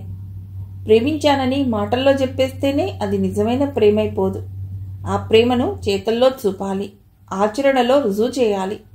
ప్రతి క్షణం ప్రతి దినం దాన్ని డెమాన్స్ట్రేట్ చేయాలి. నీ సంతోషం కోసం నేనేది చేయటానికైనా సిద్ధమే. నీ అభిమతం మేరకే మనం ఓ అనాథను పెంచుకుందాం. అతడి మాటల్లోని ప్రేమకో నిజాయితీకో ఆమె కదిలిపోయింది. అతడి అంగీకారంతో ఏదో పెద్ద భారం గుండెల నుండి దిగిపోయినట్టు చటుక్కున భర్తను చుట్టేసుకుంది. వంశీ, నీకు పిల్లలంటే ఎంత ఇష్టమో నాకు తెలుసు. మన ప్రేమకు గుర్తుగా నా గర్భంలో ప్రాణం పోసుకునే నీ బిడ్డ కోసం అపురూపంగా ఎదురు చూస్తున్నా. నా గిల్టీ కాన్షియస్తో ఆ సున్నితమైన ప్రియ భావనల్ని చిలిమేస్తున్నాను. I'm sorry, very very sorry అంది. అను, నీకు తెలియంది కూడా ఒకటుంది. నిన్ను సంతోషంగా ఉంచటంలో నాకు ఒక గొప్ప సంతోషం ఉంది. అదొక తీయని బ్లిస్. ఆ బ్లిస్ పొందుతున్నాననుకో, అంతే. వంశీ, కానీ ఇది 21వ రోజు కాబట్టి ఇవాళే వెళ్ళి బిడ్డను తీసుకురాలేం మనం. దానికి కొన్ని నియమ నిబంధనలు, లీగల్ ఫార్మాలిటీస్ ఉంటాయి. కాకపోతే ఆ మాట మీద మనమిద్దరం నిలబడాలనే నిర్ణయం తీసుకుందాం, ఓకే? ఆనాడు అరుణ్కి ఇచ్చి నిలబెట్టుకోలేకపోయిన ప్రామిస్ను ఇప్పుడు ఖచ్చితంగా నిలబెట్టుకోవాలని మనం ఎట్ ఎనీ కాస్ట్. వాడు ఆశపడ్డా ఇది నా కుటుంబం అన్న ఫీలింగ్ ఓ అనాథ శిశువుకు అందించాలి. ఈ విషయంలో వెనుకడుగు వేసేది లేదని మాటిస్తున్నాను, నీ మీద నా ప్రేమ సాక్షిగా. Thank you Vamshi, thank you so much. కృతజ్ఞతాభావంతో భర్త గుండెలకు హత్తుకుపోయింది అనన్య. ఓ, మీరా అల్లుడు గారు, రండి రండి లోపలికి. వంశీని చూడగానే సంతోషంగా చిరునవ్వు నవ్వుతూ సాధారణంగా లోపలికి ఆహ్వానించింది సుజాత. అమ్మాయి రాలేదా బాబు? వంశీతో పాటు అనన్య లేకపోవటం చూసి అడిగింది సుజాత. సోఫాలో కూర్చున్నాడు వంశీ. సుజాత లోపలి గదిలోకి వెళ్ళి భర్తతో చెప్పింది, వంశీ వచ్చాడండి అని. చదువుతున్న ఇంగ్లీష్ దినపత్రిక వదిలేసి ఇద్దరూ వచ్చారా అంటూ హాల్లో వచ్చాడు వెంకటరమణ. బాగున్నావా బాబు? అల్లుండి పలుకరించాడు ఆయన. వంశీకి ఎదురుగా కూర్చుని మంచిళ్ళు అందించి టీ పెడతాను అంటూ సుజాత మళ్ళీ లోపలికి పెడుతుంటే, ఇప్పుడొద్దత్తయ్యా, మీరు కూర్చోండలా, ఓ విషయం మాట్లాడాలి అన్నాడు వంశీ. దాంతో ఆవిడ కూడా భర్త పక్కనే కూర్చుండిపోయింది. పబ్లిషర్కి స్క్రిప్ట్ రెడీ చేసి ఇవ్వాలట, అర్జెంటుగా రాసుకోవాలని చెప్పింది. అందుకే అనన్య రాలేదు అన్నాడు వంశీ. అను ఆరోగ్యం ఎలా ఉంది బాబు? ఏమైనా విశేషమా అడిగింది సుజాత. వంశీ నవ్వేశాడు. ఆ నవ్వులో తానెదురు చూసే సమాధానం దొరకలేదు ఆవిడకు. వెంకటరమణకి ఇప్పుడు 62 2 క్రితం రిటైర్ అయ్యాడు. బాగా బట్టతలు వచ్చేసింది. 60 కన్నా ఇంకా ఎక్కువ వయసున్న వాడిలా కనిపిస్తున్నాడు. 55 వయస్సు అయినా 45లా కనిపిస్తోంది సుజాత. చెవుల పక్కన మాత్రమే జుట్టు నెరిసింది. వృద్ధాప్యపు ఛాయలు కనిపిస్తున్నా అందంగా హుందాగా ఉందావిడ. మావయ్య, నేను ఒకటి అడుగుతాను, నిజం చెప్తారా ప్లీజ్? హఠాత్తుగా వంశీ అలా అడిగేసరికి ఆశ్చర్యపోయారు ఆ దంపతులిద్దరు. బ్రుకుటి ముడిచి, ఏ విషయం బాబు అని అడిగాడు వెంకటరమణ. అప్పుడు వంశీ ఓ దీర్ఘ శ్వాస తీసుకుని, అరుణ్ ఏమైపోయాడు అసలు, బతికే అని అడిగేశాడు ఏ ఉపోద్ఘాతము లేకుండా. ఏ అరుణ్? సుజాతలో కుదుపు, షాక్తో కూడిన ప్రకంపన. అత్తయ్య, నేనెవరి గురించి అడుగుతున్నానో మీకు తెలుసు, ఒకంత సూటిగా చెప్పాడు వంశీ. సుజాత తలదించేసింది. గాఢమైన నిశ్శబ్దం అలుపుకుంది అక్కడ. హఠాత్తుగా ఎలా అదృశ్యమైపోయాడు? ఏదైనా అఘాయిత్యానికి పాల్పడలేదు కదా? ఆ ప్రశ్నకు అవునని సమాధానం రాకూడదని కోరుకుంటున్నాడు వంశీ. గతాన్ని గుర్తు తెచ్చుకుంటున్న దానిలా ఓసారి కనురెప్పల్ని మూసుకుంది సుజాత. ఆ రెప్పల మాటన గత స్మృతుల నిశ్శబ్ద కదలిక. ఆ రోజు మధ్యాహ్నం 1 గంటకు ఫోన్ మోగింది. ఈ మధ్య ఫోన్ మోగినప్పుడల్లా ఎక్కడున్నా పరిగెత్తుకుంటూ వచ్చి రిసీవర్ ఎత్తే అనన్య ఇంట్లో లేదప్పుడు. సుజాతే వెళ్ళి ఫోన్ అందుకుంది. హలో అంది. వెంకటరమణ గారిల్లా? ఎవరిదో అపరిచిత కంఠం. అవును, మీరు? మేం అమ్మఒడి అనాథాశ్రమం నుండి మాట్లాడుతున్నామండి. సుజాత భ్రుకుడి ముడిపడింది. ఒక్కసారిగా ఒంట్లోని నెత్తురు వేగంగా ప్రవహిస్తున్న భ్రాంతి. ఊపిరి బిగబట్టి చెప్పండి అంది. ఈరోజు ఉదయం మా ఆశ్రమంలో ఒక ఘోరం జరిగిపోయింది.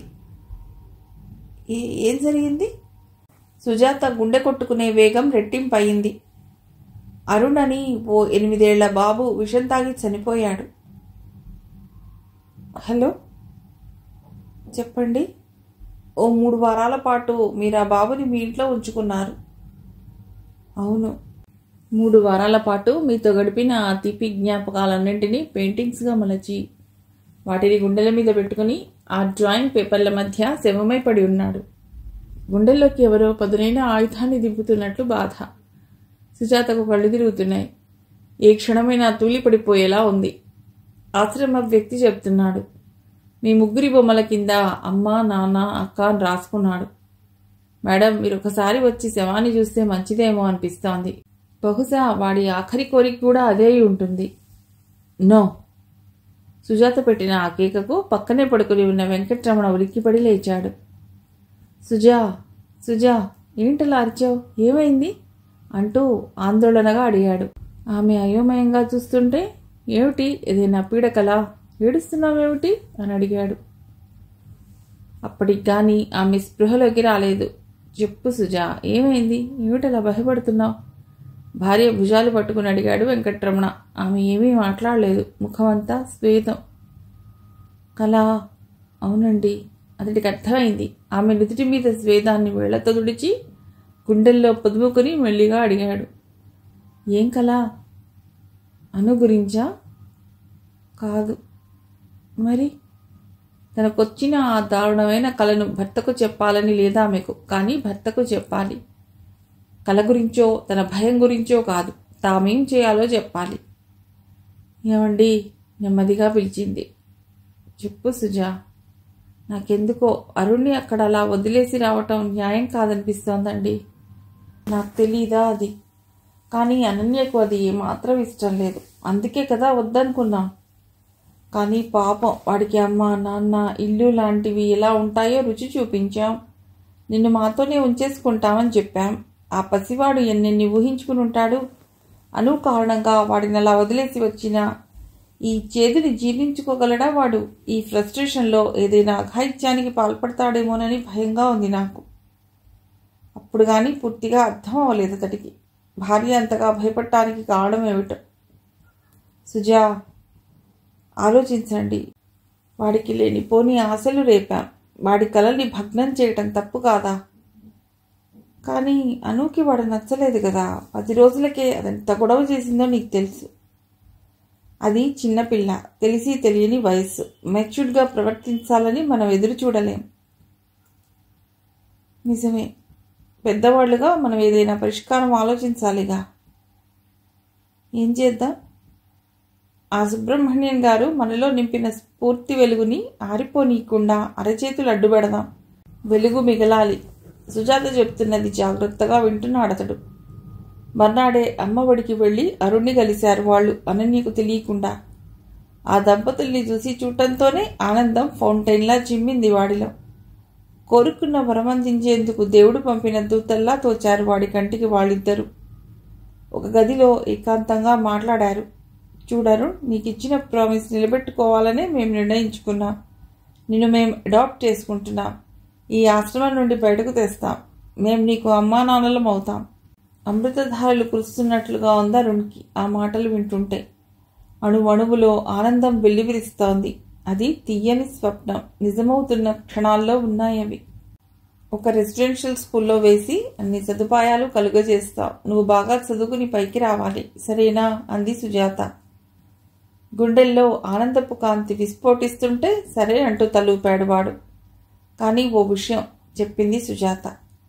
ఏమిటమ్మా? మేము నిన్ను దత్తత తీసుకుంటున్న విషయం అక్కకు తెలియకూడదు.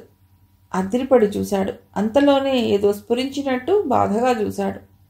ఎందుకు అని అడగలేదు. అను అక్క కూడా నన్ను యాక్సెప్ట్ చేస్తే ఎంత బాగుంటుంది అన్నాడు. గొంతు జీరబోయింది ఆ మాట అంటుంటే. మేము ఇక్కడి ఫార్మాలిటీస్ అవి పూర్తి చేసి లీగల్ క్లియరెన్స్ వచ్చిన తర్వాత నిన్ను తీసుకువెడతాం. సరే అమ్మా. ఇప్పుడు హ్యాపీనా అరుణ్? వెంకట్రమణ అడిగాడు నవ్వుతూ. చాలా హ్యాపీ. బాగా చదువుకోవాలి. చదువు అంటే ఇంగ్లీష్ ఒక్కటే కాదు. సిగ్గుగా నవ్వాడు వాడు. ఏమవుతావు పెద్దయ్యాక? వెంకట్రమణ అడిగాడు. దానికి వాడు క్షణం ఆలోచించి సమాధానం చెప్పాడు. గుడ్. నువ్వు ఏం చదివినా దానికి ఎంత ఖర్చైనా నేను భరిస్తాను. నువ్వేం దిగులు పెట్టుకోకు అంటుంటే ఏడుపు ఆపుకోలేక చటుక్కున వాళ్ళిద్దరినీ చుట్టేసుకున్నాడు. థ్యాంక్ యూ సో మచ్ నాన్న అన్నాడు. ఒట్టి థ్యాంక్స్ చెప్పడం కాదు. రేపు మేము ముసలి వాళ్ళమైపోయాక మాకేదైనా అయితే నువ్వే ఉచితంగా ట్రీట్ చేయాలి నవ్వుతూ అన్నాడు వెంకట్రమణ. అత్తగారు చెప్పిందంతా విన్న వంశీ కళ్ళు ఆనందాశ్చర్యాలతో విచ్చుకున్నాయి. అరుణ్ అదృశ్యం వెనక ఏదైనా విషాదం ఉందేమో అన్న అనుమానం, భయం తీరిపోయాయి. చాలా రిలీఫ్గా అనిపించింది. వంశీ అనన్యను ప్రాణాధికంగా ప్రేమిస్తాడు. భార్యకు సంబంధించిన ఏ విషయాన్నైనా తనదే అనుకుంటాడు. బాధ్యతగా ఓన్ చేస్తాడు. ఆమెకు గాయమైతే అతడికి నొప్పి పుడుతుంది. ఆమె మదిలోపలి లోపలి అతి సున్నిత భావాలను కూడా అర్థం చేసుకోవటానికి నిజాయితీగా కృషి చేస్తాడు. ఆమెలోని చిన్న చిన్న ఆశల్ని, కోరికల్ని ఆమె చెప్పకున్నా గ్రహిస్తాడు. గ్రహింపుతో ఆగక అవి నెరవేరేలా చూస్తాడు. అందుకే చిన్నతనంలో ఆమె చేసిన ఆ తప్పుకి ఎంత బాధపడుతుందో అర్థం చేసుకున్నాడు. భార్య మనసులోని ఆ బాధ తన బాధగా ఫీల్ అవుతున్నాడు. ఆమె మనస్సులోని ఆ బాధ తీరేదాకా అతడు వేదన పడతాడు. అందుకే అరుణ్ విషయంలో జరగదానిదేది జరగలేదన్న నిజం తెలిసాక అనన్య కంటే ఎక్కువ ఆనందంగా ఉందతడికి. నీకు చెప్పింది నిజమే కదత్తయ్య అని అడిగాడు వంశీ. అనన్య నీకు అరుణ్ విషయం ఎప్పుడు చెప్పింది, అసలు ఎందుకు చెప్పింది అడిగింది సుజాత. వంశీ నవ్వి తను 21 రోజుల పాటు రోజుకో మంచి పని అనే కార్యక్రమం చేపట్టింది ఈ మధ్య. 21 రోజుల పాటు చిన్నదో పెద్దదో ఏదో ఒకటి చేసింది. 21వ రోజు మంచి పనిగా ఏం చేద్దామందో తెలుసా అత్తయ్య? ఏం చేద్దామంది ఉత్కంఠగా అడిగింది సుజాత. మనం బయోలాజికల్గా పిల్లల్ని కనొద్దు వంశీ, ఎవరినైనా అనాథను పెంచుకుందాం అంది. విద్యుత్ షాక్ తగిలినట్టు మ్రాన్ పడిపోయారిద్దరు. నిజమా? అవును. మరి మీరేం చెప్పారు బాబు? అతడు అదోలా నవ్వి ఐ లవ్ మై వైఫ్ అత్తయ్య.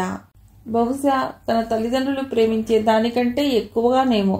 అందుకే తన ఆశయానికి అండగా నిలవాలనుకున్నాను.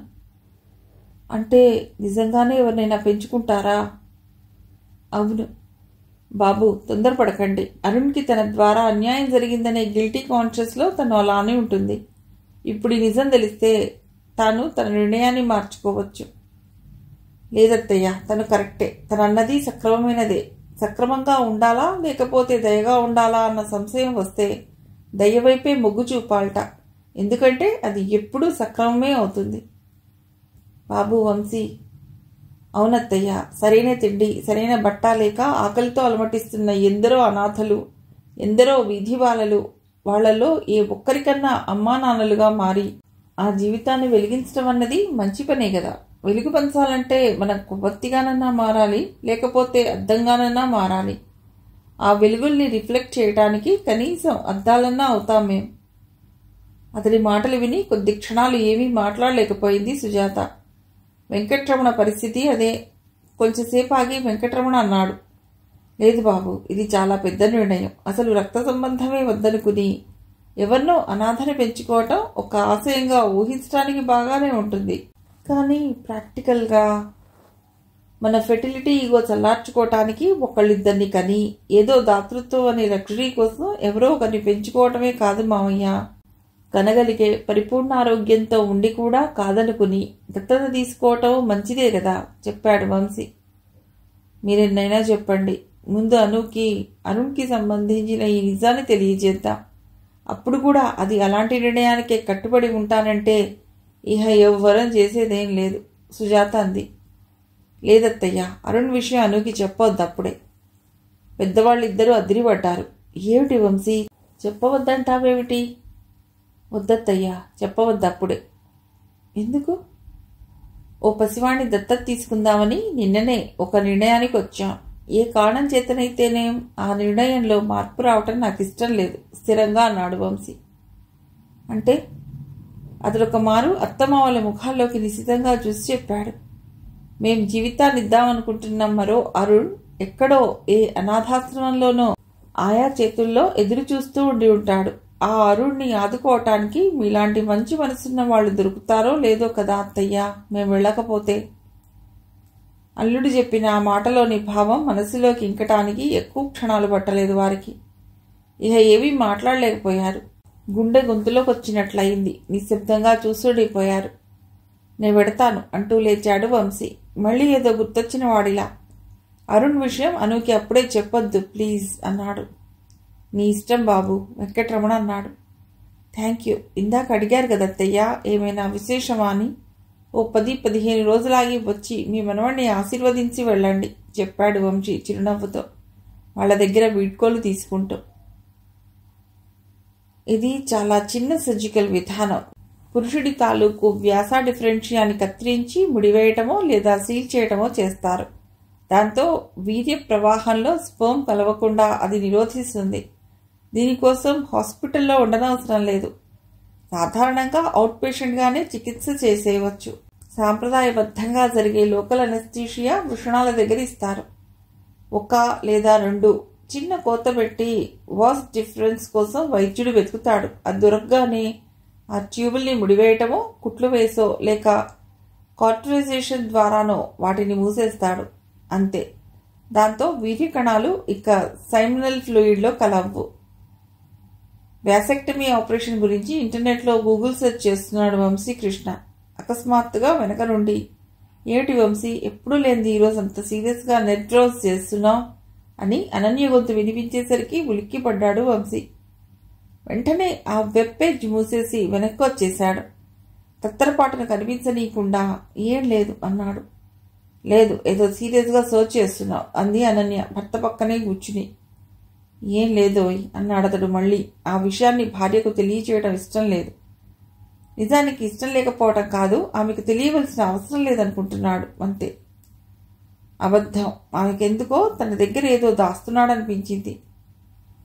ఏం చూస్తున్నారు నెట్లో? ఒకంత సీరియస్గా అడిగింది.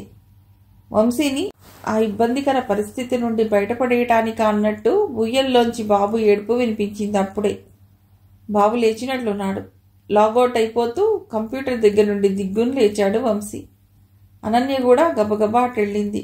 అక్కడ ఊయల్లో వాళ్ళు వారం రోజుల క్రితం అంకురం అనే అనాథ శరణాలయం నుండి తెచ్చుకున్న 4 నెలల మగ శిశువు ఏడుస్తూ ఉన్నాడు. ఉయ్యల్లో వేసిన బట్టలు తడిసి ఉన్నాయి. అడ్డెడ్డే, లేచావా బుజ్జికన్నా అంటూ వంశీ వాణ్ణి ఊయల్లోంచి లేపబోతుంటే అనన్య, ఆగండి, వాడు ఏదో ఘనకార్యం చేసినట్లున్నాడు అంది నవ్వుతూ. ఘనకార్యం కాదను, ద్రవకార్యమేలే అన్నాడు. అతని పదప్రయోగానికి అనన్య నవ్వేసింది. ఉండు, నేను చేంజ్ చేస్తాను అంది. అప్పుడతడు, నో, నేను మారుస్తాను అంటూ వంశీనే తడిసింది తీసేసి శుభ్రమైన కొత్త డైపర్ మార్చాడు. బాబు ఏడుపు తగ్గించాడు. అప్పటికి, నాకు ఇలాంటి పనుల్లో భాగం పంచుకోవటం లేదా నువ్వు చేస్తుంటే సాయపడటం నాకెంతో ఇష్టం అను వంశీ చెప్పాడు. ఇలాంటి వాటికి ఆయాలను పెట్టుకోకూడదు అసలు. పసిపిల్లలకు సంబంధించిన ప్రతి పనిని మనమే స్వయంగా చేయటం ద్వారా వాళ్ల పట్ల పెరిగే అనుబంధంలో గాఢత వస్తుంది. అదే ఆయాలు ఇవన్నీ చేస్తే ఆ తీయని బంధం, ఆ అటాచ్మెంట్ ఆయాల పరమైపోతుంది. ఆ బాబు కులగోత్రాలు గాని మతం కాని ఏమీ తెలియవు వాళ్ళకి. అసలు తల్లిదండ్రులు ఎవరన్నది తెలియదు. వాళ్ల దాంపత్య బంధంలోంచి చిగురించిన ప్రేమ పంట కాదు వాడు. పరమళించిన మానవత్వపు విలువల్లోంచి ప్రభవించిన అనాథ శిశువు. అయినా తమ కన్నబిడ్డలాగానే భావిస్తూ వంశీ అలా చెప్తుంటే ఆమెకు చాలా నచ్చిందది. వీడు పెరిగి పెద్దయ్యాక డాడీజ్ మై బెస్ట్ ఫ్రెండ్ అనాలి. తండ్రితో ఎంత గాఢమైన అనుబంధం ఉంటుందో అంత ఎక్కువ ఆత్మవిశ్వాసం కలవారుగా పిల్లలు తయారవుతారట. ఒక మంచి తండ్రిగా వీడికి నేను ఇవ్వవలసినవన్నీ ఇస్తాను. బాబుని భుజాల మీద ఎత్తుకునే చెప్తున్నాడు వంశీ. ఏమిస్తావు అని అడిగింది అనన్య భర్తని. అన్నీ, ముఖ్యంగా మగపిల్లలు తండ్రిని ఆదర్శంగా తీసుకుని తండ్రి అడుగుజాడల్లో నడవాలని ఉబలాట పడతారట. కాబట్టి ప్రతి విషయంలోనూ నేనొక ది బెస్ట్ డాడ్గా నిలుస్తాను. సమాజం పట్ల అవగాహన కూడా పిల్లలకి తండ్రి వల్లనే అలవడుతుంది. తండ్రితో చక్కటి బాంధవ్యం ఉన్న పిల్లలు అల్లరి చిల్లర పనుల నుండే కాక డ్రగ్స్, తాగుడు వంటి దుర్వ్యసనాలకి దూరంగా ఉంటారని పరిశోధనలు తేల్చాయట. పిల్లల్ని లాలనగా చేరదీస్తే వాళ్ల ఐక్యూ లెవెల్స్ ఎక్కువగా ఉండటమే కాదు, చదువుల్లో ఆటపాటల్లో రాణిస్తారని సైకాలజిస్టులు చెప్తున్నారు. తండ్రి వలన కలిగే రక్షణ, ధీమా, ప్రేమ అన్నీ వాడికి పుష్కలంగా పంచుతాను. కొంచెం వయసు వచ్చాక వాడికి ఎలక్ట్రానిక్ ఐటమ్స్ వాడటం, రిపేర్లు చేయటం లాంటి హాబీస్ వాడితో పంచుకోవటం, కలిసి గేమ్స్ ఆడటం, మ్యాచ్లు చూడటం, ఇవే కాదు అర్థం కాని విషయాల్ని, సబ్జెక్టుల్ని వివరిస్తాను. నెలకొక్కసారన్నా పార్కో, ఎగ్జిబిషన్కో, మ్యూజియంకో తీసుకెడతాను. ఏ విషయంలోనైనా భయాలు, ఫోబియాలు ఉంటే పోగొడతాను. బుక్ ఎగ్జిబిషన్స్, బుక్ స్టోర్స్కి తీసుకెళ్లి మంచి పుస్తకాలు కొనిస్తాను. ప్రభావితం చేసే మనుషుల గురించి, పుస్తకాల గురించి చెప్తాను. అన్నిటినీ మించి మంచితనం గురించి, పక్కవాడికి సాయపడటం గురించి, కరుణ గురించి, మమతా విలువల గురించి చెప్పడమే కాదు, వాడి కంటికెదురుగా నిత్యం ఆచరిస్తూ ఉదాహరణ అవుతాను. My dad is the best అని వాడు 10 మందికి చెప్పేలా నడుచుకుంటాను. ఓ భావోద్వేగంతో వంశీ అలా మాట్లాడుతుంటే అనన్యకు కళ్ళు మసకబారాయి. నీటి చెమ్మ ఊరి. రక్తం పంచుకు పుట్టిన సొంత బిడ్డని ఏ తండ్రైనా ప్రేమిస్తాడు. కానీ ఎవరో కని పారేసిన అనాథకు ఇంత మమత పంచగలగటం అంటే దానికి ఎంత సహృదయత ఉండాలి. అది కూడా తన అభిష్టాన్ని మన్నించటం కోసం, కేవలం తన మీది ప్రేమతో. ఖరీదైన గులాబీలను, ట్యూలిప్స్ని ఎవరైనా ఇష్టపడతారు. కానీ నిరుపేద గరిక పూలను ఎవరు ప్రేమిస్తారు? అనన్యకు చేరువుగా వచ్చి మృదు స్వరంతో చెప్పాడు వంశీ. మన బాబు కోసం నేనేం చేస్తానో చెప్పాను కదా. వీటన్నిటికంటే మరీ అతి ముఖ్యమైనది ఒకటి ఉంది. అది కూడా త్రికరణ శుద్ధిగా చేస్తానను. ఏమిటది అంత మరీ ముఖ్యమైనది? అడిగింది అనన్య ఆసక్తిగా. అదిలోసారి భార్య కళ్ళల్లోకి లోతుగా చూసి నిన్ను ప్రేమించటం అన్నాడు. అనన్య వింతగా అతన్ని చూస్తూ, అది వాడి కోసం చేసే పనిలా అవుతుంది వంశీ అని అడిగింది. చీటికి మాటికి తల్లుల్ని కొట్టి తిట్టే తండ్రులున్న ఇళ్లలోని పిల్లలు మానసికంగా సరిగ్గా ఉంటారంటావా? ఎక్కడైనా అన్యోన్యంగా ఉండే అమ్మానాన్నలు ఉన్నప్పుడు పిల్లల్లో కూడా చక్కటి విలువలు, ప్రేమానురాగాలు, అనుబంధాలు పెరుగుతాయి. The greatest gift A father can give his children is to love there mother చెప్పాడు వంశీ. ఇక నవలలో ఉపసంహారం. ఒకరోజు మధ్యాహ్నం 2 గంటల సమయంలో ఫోన్ మోగింది. Hubby calling. స్క్రీన్ మీద అక్షరాలు చూసి వెంటనే హలో వంశీ అంది అనన్య. నువ్వు ఒక సాయం చేయాలిరా. సాయమా? ఏమిటి? ఇప్పుడే నాకు ఒక ఫోన్ వచ్చింది మేక్ ఏ విష్ ఫౌండేషన్ నుంచి.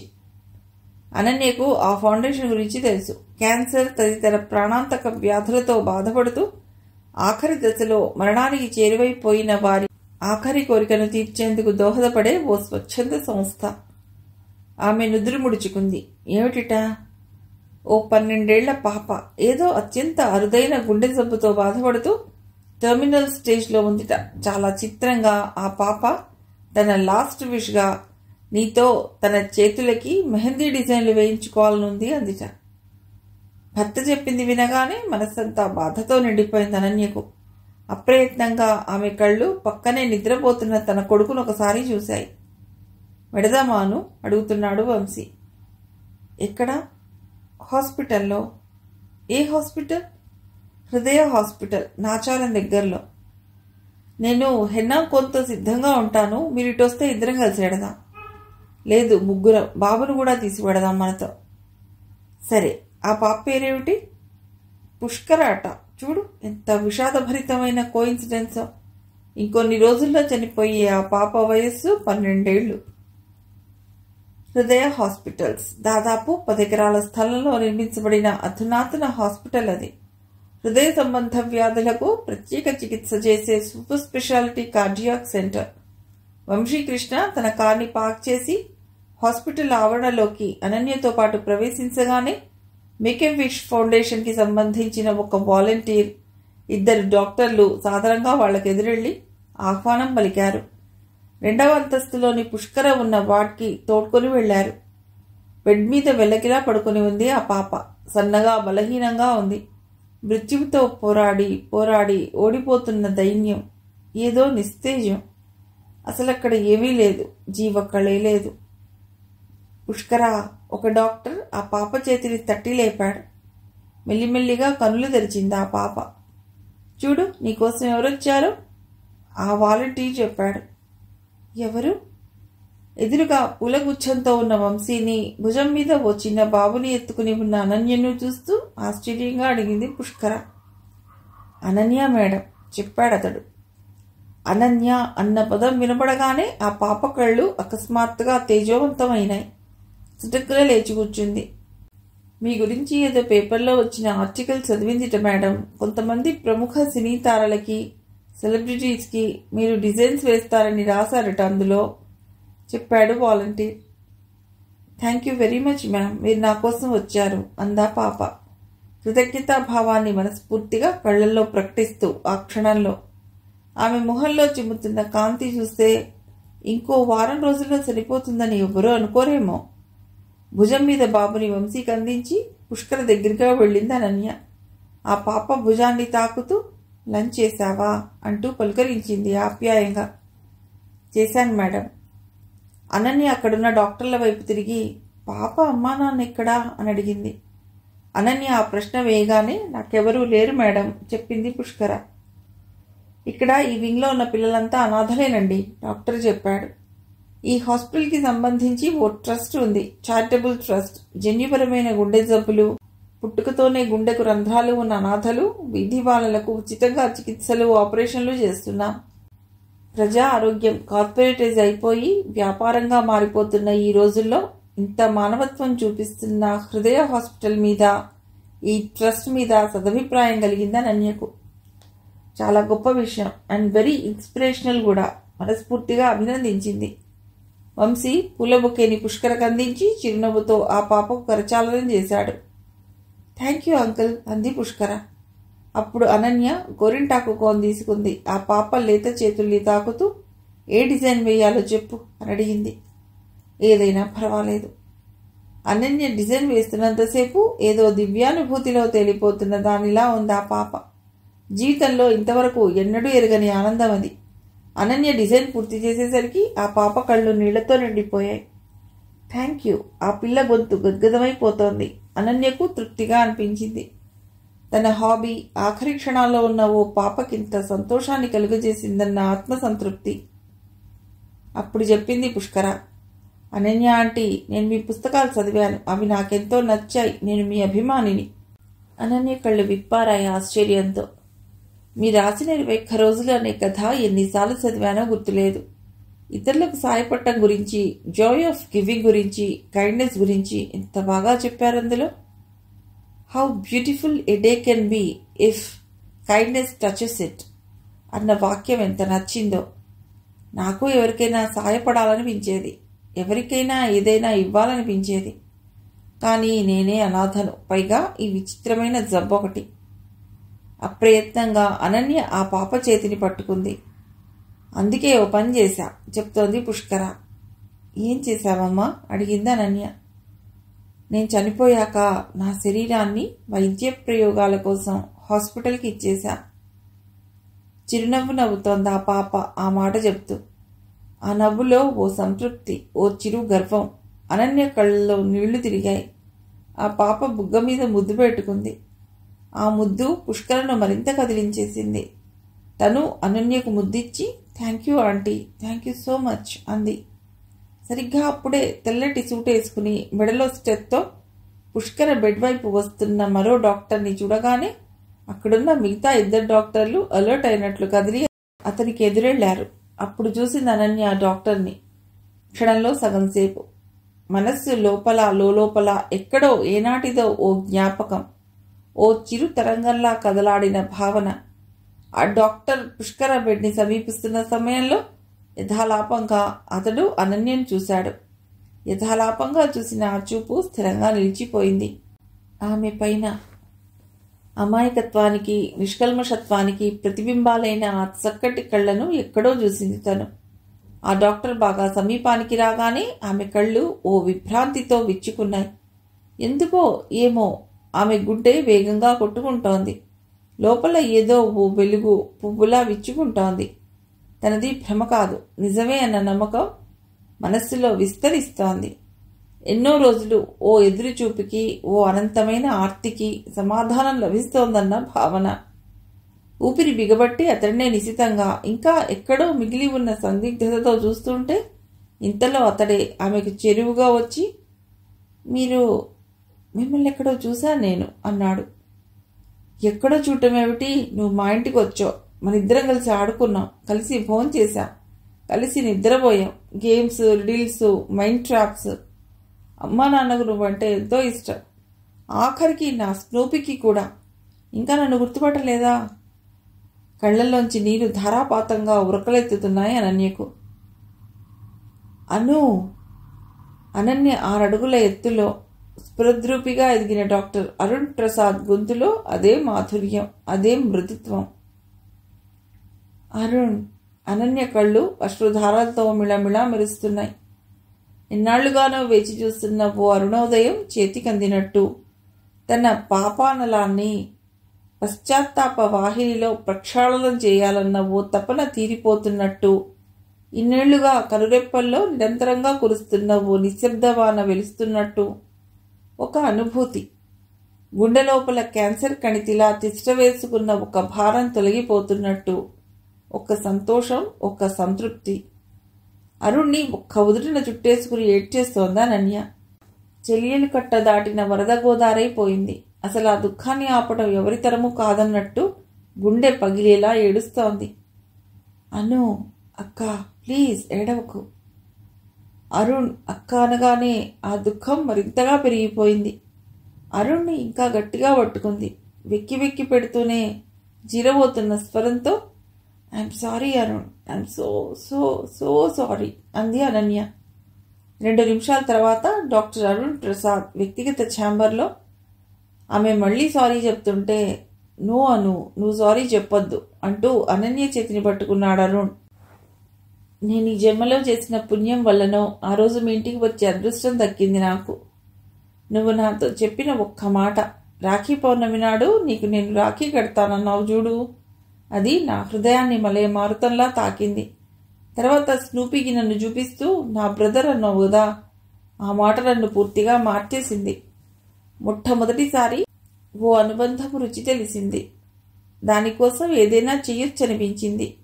అందుకే నువ్వెంత అవమానించినా, ఎలా రూడ్గా ప్రవర్తించినా నాకు నొప్పి తెలియలేదు. నాకు నిజంగా నీ మీద ఏ కోపమూ లేదక్కా. సారీ చెప్పొద్దు ప్లీజ్. ఎంతో ప్రేమతో, ఎంతో దయతో ఆ భగవంతుడు నిన్ను వరంగా నాకు అందించాడు, నిజం. అలా చెప్తూ గోడకు వేళ్లాడుతున్న ఓ పరదాలాగాడు. అనన్య, వంశీ ఇద్దరూ అటు చూశారు. అక్కడ డాక్టర్ అరుణ్ తన స్వహస్తాలతో రంగుల్లో పెయింట్ చేసిన అనన్య చిన్ననాటి రూపం, చిరునవ్వు చిందిస్తున్న అనన్య అందమైన ముఖం, గోడకు బిగించి ఉన్న ఆ లైఫ్ సైజ్ చిత్రపటం కింద ఏ దేవి వరము నీవో అని రాసి ఉంది. ఆఖరికి ఫోటోలో కూడా వాడి ఉనికిని భరించలేనట్టు కత్తెరతో వాడి ముఖాన్ని తొలగించేసింది తను ఆనాడు. ఆ ద్వేషానికి వాడిస్తున్న బహుమతా ఇది? దుఃఖమో, వేదనో, ఆనందమో, ఆర్తో తెలియని చిత్రమైన స్థితిలో ఉంది అనన్య. గుండె గొంతుకలో కొట్టాడడం ఏమిటో అవగతమవుతోంది. క్షమ ఇంత మహోన్నతంగా కూడా ఉంటుందా? ఈ క్షమకు తనసలు అర్హురాలేనా? ఏదో తెలియని భావోద్వేగంతో ఆ పోర్ట్రేట్ని నిశ్చలంగా చూస్తుండిపోయింది అనన్య. అనాథ పిల్లల కోసం నేను స్థాపించిన ఈ ట్రస్ట్ నీదే. అనన్య చారిటబుల్ ట్రస్ట్లో అనన్యవి నువ్వే అక్కా చెప్పాడు అరుణ్ ఆర్ద్రంగా. ఆమె కళ్లల్లో ఆగకుండా రాలిపోతున్న ఆనందాశ్రువులు. చాలాసేపటి వరకు ఆ భావోద్వేగం సుడి నుండి బయటపడలేకపోయింది అనన్య. ఆ అక్క తమ్ముళ్ళు అపురూప కలయికను సజల నేత్రాలతో చూస్తున్నాడు వంశీకృష్ణ. వంశీకృష్ణ నా భర్త అంటూ అరుణ్కి పరిచయం చేసింది అనన్య. హలో డాక్టర్ అరుణ్ అంటూ చేయి చాపాడు వంశీ. హలో చిరునవ్వుతో వంశీ చేతిని అందుకున్నాడు అరుణ్. నీ కొడుకా? వంశీ భుజం మీద ఉన్న బాబుని చూసి అడిగాడు అరుణ్ అనన్యని. అవును, నీ మేనల్లుడు చెప్పింది అనన్య ఒకంత గర్వంగా. ఆ బంధుత్వానికి లోపల పొంగిపోతూ బాబుని తన చేతుల్లోకి తీసుకుని వాడి మొహంలోకి పట్టి పట్టి చూస్తూ, ఎవరి పోలికను, నీవా బావగారిదా అని అడిగాడు అరుణ్. అను అను ఏమిటి, అక్క అనలేవా? ప్రేమానురాగాలు నిండిన చిరుకోపాన్ని ప్రదర్శించింది అనన్య. చివ్వున తలెత్తి చూశాడు అరుణ్. ఎన్నో ఏళ్లుగా తను కంటున్న ఓ స్వప్నం నిజమవుతున్నట్లు ఉందతడికి. అతడి కళ్లల్లో స్పష్టమైన తడి. మా ఇద్దరివి కావు, అన్నీ మేనమామ పోలికలొచ్చేవాడికి అంది అనన్య నవ్వుతూ.